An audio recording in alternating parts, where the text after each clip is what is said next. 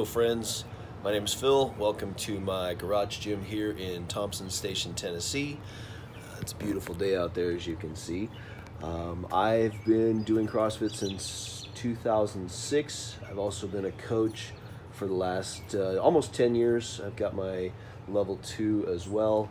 I think I've coached at 4 or 5 different boxes over the last 10 years. So this is my garage gym, so we'll walk through it.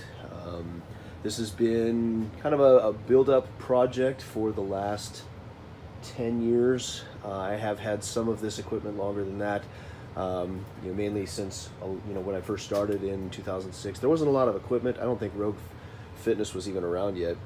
So a lot of it was you kind of scrounged. You had to build yourself, and once you got something, you held on to it forever as well. So this space, and I'll show it to you, is also doubles as my daughter's dry land.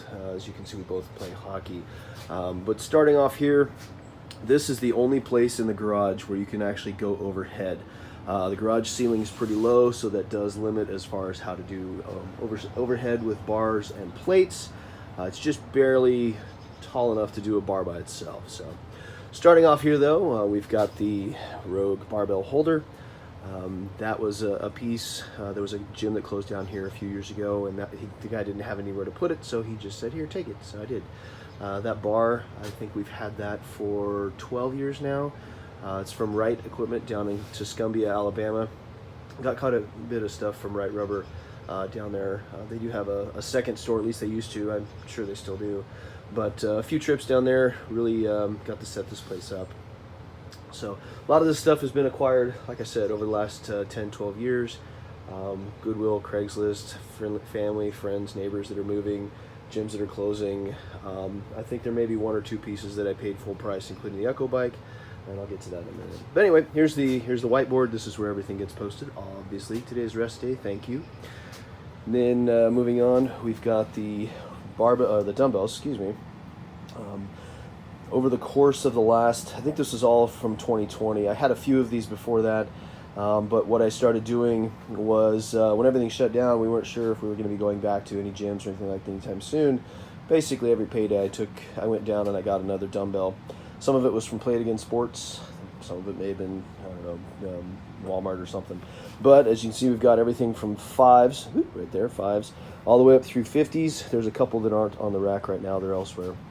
And then I've got a few different kettlebells. There is let's see, that's the 70. There's the 53 back there. My kids put a kind of a funny face on it. I guess you can see this. Anyway, they like to swing that and make the face look up at the sky. Then we've got the others that are, I think those are the half poods or something like that, so 70 or 36 pounds. One indispensable piece of gym equipment right there. And then, of course, we've got the bikes that we used before we got the Echo. This is my daughter's equipment drying on the rack. She had practice last night, so it's probably still damp.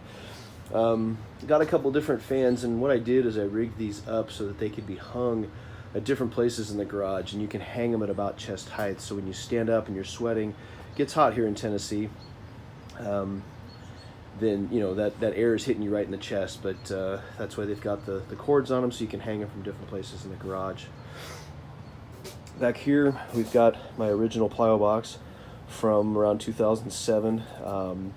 Like I said, a lot of this you used to build on your own, and the CrossFit Journal even used to have a couple of different articles, building your own home gym and what equipment you need. And now you can find, of course, directions to build boxes all over the place. This is another box that I was actually building here recently.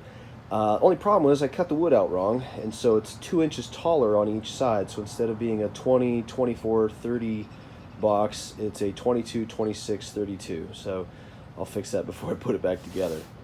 Moving along here, this is a Craigslist find, the squat rack.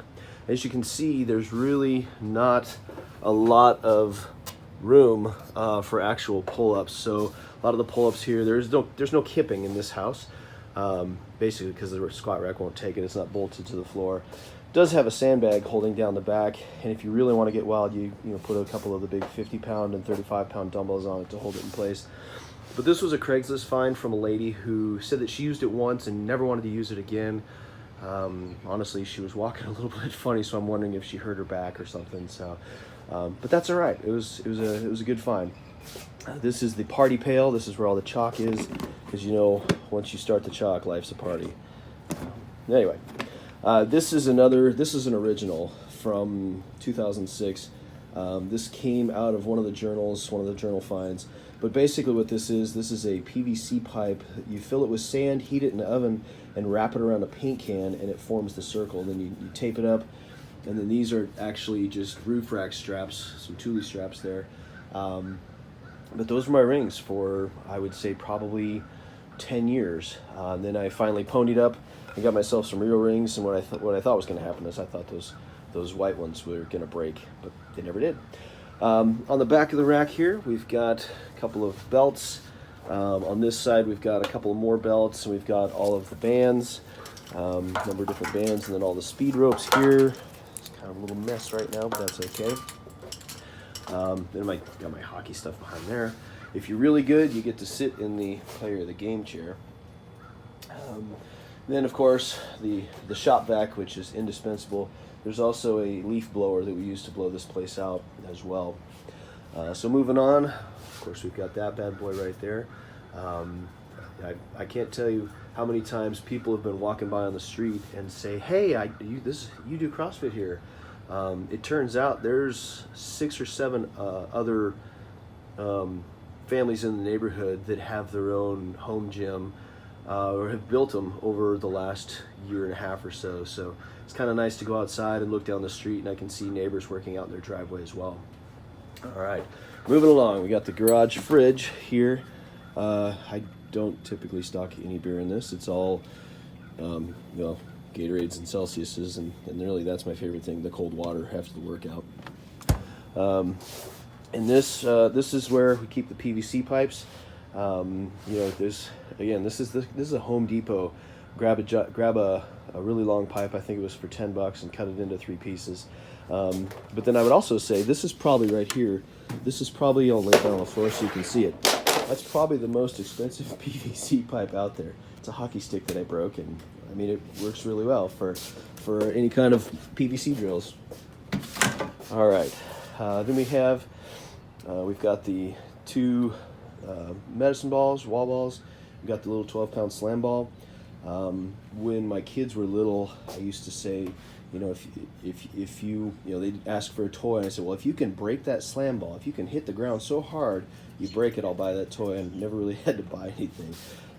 Anyway, this is the box that it's got ab mats, it's got some perfect push-up rings in it, it's got a Frisbee, and then this is my measuring wheel, so I can go out on the street and measure distances. Now, interestingly enough, when they put the streetlights in, they're all roughly 100 yards apart, so it's actually pretty easy to figure that out. Got around 400 pounds, it's actually just a little bit over 400 pounds of weight. Got a wobble pad right there. If you ever want to try squatting on a wobble pad, boy, are you in for a treat. Let's see. Again, this is, my daughter uses this space for dryland, for hockey as well.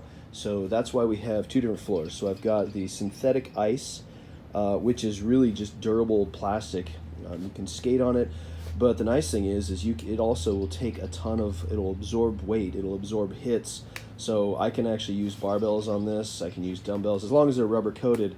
Don't use kettlebells on it because they'll go right through it, but the dumbbells and the barbells, they'll bounce, and it doesn't damage the plastic at all.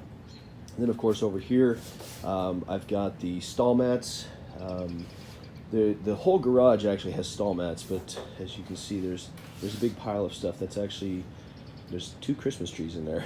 So I lose a little bit of garage space, except for during Christmas.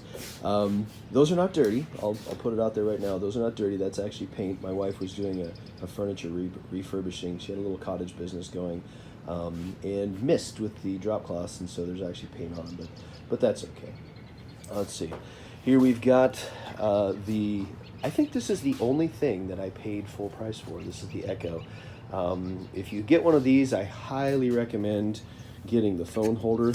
That thing it's proved itself over and over and over. I love having that thing. As you can see, during the wintertime, we also have the improvised fan shield. Basically, it's the blue painter's tape. Comes off really easily. You can actually put it on and take it off depending on how well that heater in the garage is working, or if the sun shines out and the place warms up. And then, of course, we have the garage sound system. It's just a little JBL 5 speaker, but this thing will throw the tunes. You can hear it all the way down the street. Up here, and again, this garage has been built out kind of piece by piece over time.